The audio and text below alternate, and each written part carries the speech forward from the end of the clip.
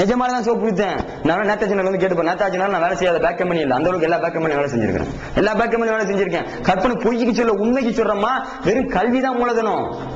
வீணா போன ஸ்கூல்ல படிக்கணும்னு நினைக்காது. ஆக மட்டமான ஸ்கூல்ல படிச்சுக்கணும்னு மேல வரலாம். நான் படிச்ச ஸ்கூல் இருக்கிறது ஆக மட்டமான ஸ்கூல். கார்பரேஷன் ஸ்கூலுமாங்க மெட்ராஸ்ல. கார்பரேஷன் ஸ்கூல்ல நான் படிச்ச கார்பரேஷன் ரொம்ப மட்டம். தமிழ்நாடு தேட்டர் பக்கத்துல இருக்கிற கார்பரேஷன் ஸ்கூலுமாங்க. இப்படி மட்டமான கார்பரேஷன் ஸ்கூல்ல படிச்சுட்டு தான் வேலை வந்தேன்னா பெருமை தற்பெருமை சொல்லும். உன்னால் முடியும், சாதிக்க முடியும். ஏன்பா நான் என்னால முடிஞ்சு ஒன்னால முடியாதான்? மேல வாமா, நீ ஒண்ணும் கவலைப்படாத. நீ ஒண்ணு அல்ல இருக்க உன் கூட மார்க் எடுறாசா, கால் மார்க் மட்டும் எடு. அதான் உயர்கல்வியில தெளிவா சொல்லியிருப்பேன். உயர்கல்விக்கு காசுக்கு சம்பந்தமே இல்ல. மார்க் எடுத்து மேல வாராசா, அள்ளிட்டு போலாம், அள்ளிட்டு போலாம். அவ்வளவு சேர்த்துட்டு வாங்கலாம். நீ அப்ப இது நல்லா விளங்கி கொள்ளுங்க. படிங்க. படிப்பு என்னைக்கு வீண் போகாதுமா. படிக்கப்ப ஆர்வம் படிமா. நீ படிச்சா இப்ப 5000 வாழ முடியுமா? நீ என்ன நினைச்சுக்கிட்டு இருக்க தம்பி? என்ன நினைச்சிருக்க? எதுக்கு நான் படிக்க? எதுக்கு படிக்க? என் மொத்தம் 5000 சம்பளம் வாங்கி 5 பிள்ளைக்கு சோறு போட்டாரு. நான் 5000 சம்பளம் வாங்கி 10 பிள்ளைக்கு சோறு 2 பிள்ளைக்கு சோறு போட முடியாதா? முடியாது. ஏன்? அன்னைக்கு என்ன வேற, இன்னைக்கு என்ன வேறப்பா. இன்னைக்கு விலைவாசி எல்லாம் எனக்கு என்ன ஏறி போய் கிடக்கு. எங்க நீ எங்க காய்கறி அம்மா சொல்ற வேலை கேட்டா தானே, காய்கறி வாங்க போனா தானே. நீ ஒரு நாளுக்கு இதுக்கு கடைக்கு போறது கிடையாது. அப்ப கடையில போய் பாரு எவ்வளவு இன்னைக்கு விலைவாசி ஏறி போய் கிடக்குன்னு. இன்னைக்கு அப்படி அதெல்லாம் அவ்வளவு ஏறி போய் கிடக்கு விலைவாசி. எனக்கு என்ன ஏறி இருக்கு. இன்னைக்கு இந்த 5000 10,000 எடுத்து வாழ முடியாதுப்பா. இன்னைக்கு லேண்ட் ரேட் எவ்வளவு ஆகி போய் கிடக்கு. இன்னைக்கு வாடகை கொடுக்க முடியல. எனக்கு தெரிஞ்ச ஒரு சகோதரர் கல்வி வீட்டுல இருந்தாரு. வாடகை லேண்ட் இன்க்ரீஸ் ஆகி அவர் டெய்லர் என்ன 10 ரூபா 20 ரூபா கூட கொடுப்போம். அவ்வளவுதான். முடிச்சுட்டு அப்புறம் என்ன பண்ணாரு, கொஞ்சம் திருப்பி கீழே வந்து ஓட்டு வீடு கூட வீட்டுல இருக்காரு. இப்படி இந்த மக்கள் எல்லாம் அப்படி பின்னாடி போய் கொண்டிருக்காங்க. வாழ முடியாதுமா. இன்னைக்கு பட்ஜெட் ஒன்ன வச்சு தீர்மானிக்கப்படல. அந்த சாப்பிட்ட இருக்கல 20,000 30,000 வாங்கலாம், அவனை வச்சு தீர்மானிக்கப்படுது பட்ஜெட். நீ இப்படியே போனேன்னு சொன்னா இன்னைக்கு நல்ல ஒரு இன்பேலன்ஸ் சொசைட்டி உருவாகி கொண்டிருக்கு. அப்படியே வேலை வாய்ப்புகள் 30,000 40,000 சம்பளத்தில் உருவாக்கப்படுது. ஏன் நம்மளால காணா, நம்மளால எல்லாம் கீழே இருக்கிறான். இப்படி கீழே போன சொன்னா நீ ஒரு ஐசோலேட் சொசைட்டி ஆயிடுவா. தயவு செஞ்சு மேல வாங்க. ஐஐடி கட்டி விட்டுருக்கான். ஐஐடியில ஒரு ஆளா காணும். எங்க அண்ணா ஐஐடியில படிச்சான். ஐஐடியில படிச்சா போய் பார்த்தா நம்மளால காணாங்க. தமிழ்நாடுல ஒருத்தர் 2 பேரோட காணா. எங்க அண்ணா ஃப்ரெண்டு ஒருத்தன் அவ்வளவுதான் நினைக்கிறேன் காணா. நம்மால் எங்கடான்னா அங்க செக்யூரிட்டியா உட்காந்துருக்காரு. நம்மால் தெரிஞ்சவர். அப்ப அந்த மாதிரி இருக்கக்கூடிய ஒரு சூழ்நிலையில ஆர்வப்படுங்க, படிங்க. அடுத்து என்ன? கடின உழைப்பு. ஹார்ட் ஒர்க் வேணும். ஹார்ட் ஒர்க் இல்லாட்டி முடியாதுமா. ஹார்ட் ஒர்க் இல்லாட்டி முடியாது. எவ்வளவு நீங்க கடினமாக உழைக்கிறீங்களோ அவ்வளோ நீங்க மேல வரலாம் லைஃப்ல. ஹார்ட் ஒர்க் இல்லாட்டி முடியாது. கடின உழைப்பு ரொம்ப ரொம்ப அவசியம். என்ன கடின உழைப்பு?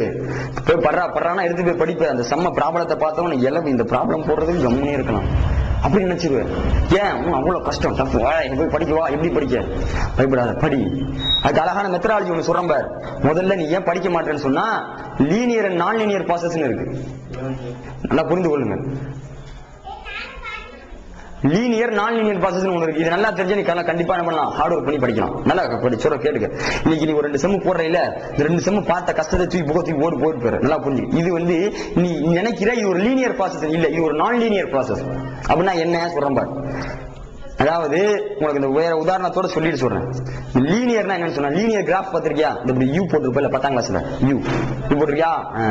You graph. அந்த கிராஃப் எது? Linear graph.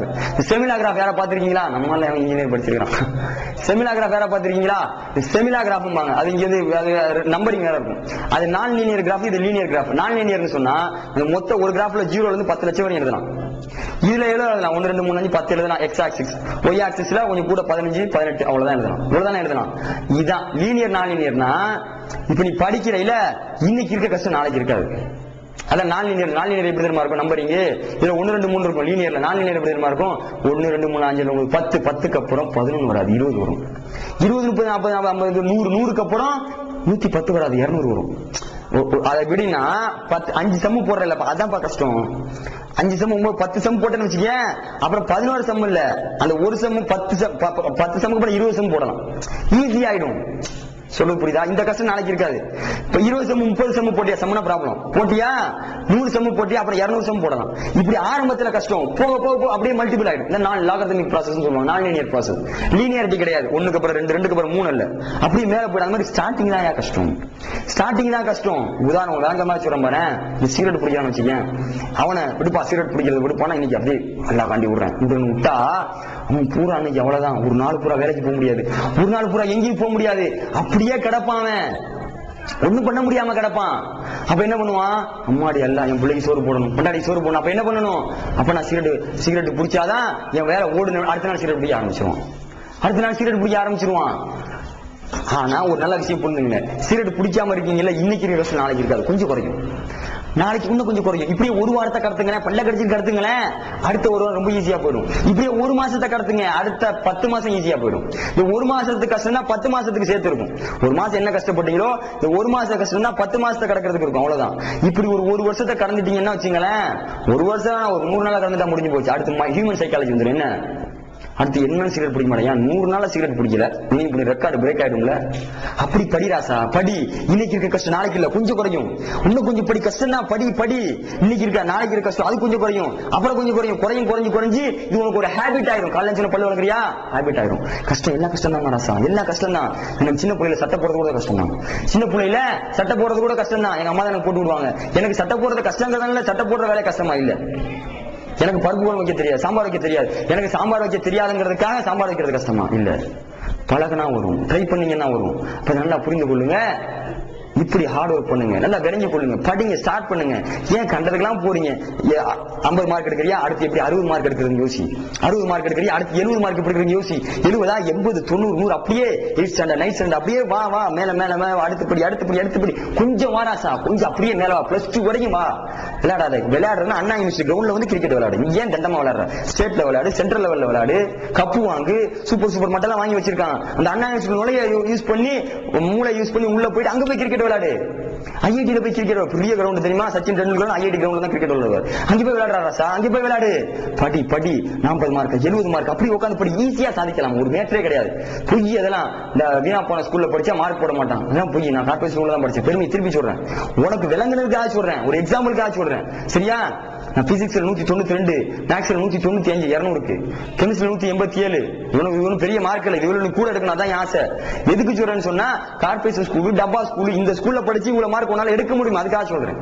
நிச்சயமாக உன்னால எடுக்க முடியும். கற்பனை சொல்ல வேணா, என் மார்க் தரேன், நான் பாத்துக்கிறேன், சரியா? அதனால நீ நினைக்கிற மாதிரி இல்லம்மா, நம்ம நாளைக்கு வர முடியும். ஒரு கடின உழைப்பு, ஆர்வம் நிச்சயமாக உனக்கு வெற்றியை தேடித்தரும். அதுக்கு நீ படிக்கணும். படிங்கிறது வெற்றி கோஷம் இல்ல, குர்ஆன் வசனம். படிச்சு மேல வரணுமா? சமுதாயம் ரொம்ப கீழே கிடக்கு, வழிகாட்டு யாரும் இல்லை. அத்தா படிக்கல, அம்மா படிக்கல, புள்ள படிக்கல, பொட்டியை தூக்கி வெளிநாட்டுக்கு ஓடுது. நீ வழிகாட்ட ஆள் இல்லாத சமூகமாக இந்த சமூகம் இருக்குது. நீ படி, யாரும் இல்லை. நீ நான் தௌஹீத் ஜமாத் மாணவர்கள் எடுத்து செஞ்சா வந்து சப்போர்ட் எல்லாம் ரொம்ப கம்மி. ஏதோ எல்லாம் பிடிச்சிட்டு வரல, ஆறு கடத்தரங்க வைங்கன்னு போட்டு ஆளை போட்டு சாவடிச்சு, போனை போட்டு சாவடிச்சு.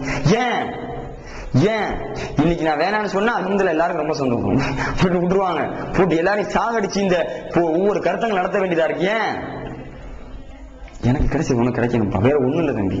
என் மாணவர் நீ வளர்த்து நான் ஒண்ணும் பண்ண போதும். ஏன் தமிழ்நாடு தௌஹீத் ஜமாத் மாணவர் ஆல்ரெடி வளர்ந்த அமைப்பு, தமிழ்நாடு தௌஹீத் ஜமாத் வளர்ந்த அமைப்பு. மாணவர் நீ அமைச்சு வளர்த்துதான் தௌஹீத் ஜமாத் வளர்க்கணும்னு அவசியம் தௌஹீத் ஜமாத் கிடையாது. ஏன் தமிழ்நாடு தௌஹீத் ஜமாத் மாநில மாநாடு போடுறதுக்கு தமிழ்நாட்டுல இடம் கிடையாது, அவ்வளவு கூட்டம். வேணா மண்டல மாநாடு வேணா போட்டுக்கின்றாங்க, சஜஸ்ட் பண்றாங்க. அப்ப அப்படி வந்து ஒரு வளர்ந்த ஒரு அமைப்பு. இதுல போய் எதையும் நாங்க வளர்க்க தேவையில்லை. ஏற்கனவே எங்களுக்கு வேலைகள் தலைக்கு மேல இருக்கு நம்ம நிர்வாகிகளுக்கு. இதுக்குள்ள பூந்து நாங்க மாணவர் இவ்வளவு செய்யறோம்னு சொன்னா ஒண்ணும் இல்ல ராசா, தெருவில் சோப்பு வித்து எங்க அண்ணன் பணியன் வித்தான்.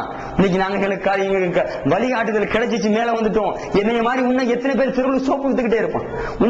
எங்க அண்ணன் மாதிரி எத்தனை பேர் பாரிஸ்காரங்கள பணியன் வித்துக்கிட்டு இருப்பான்.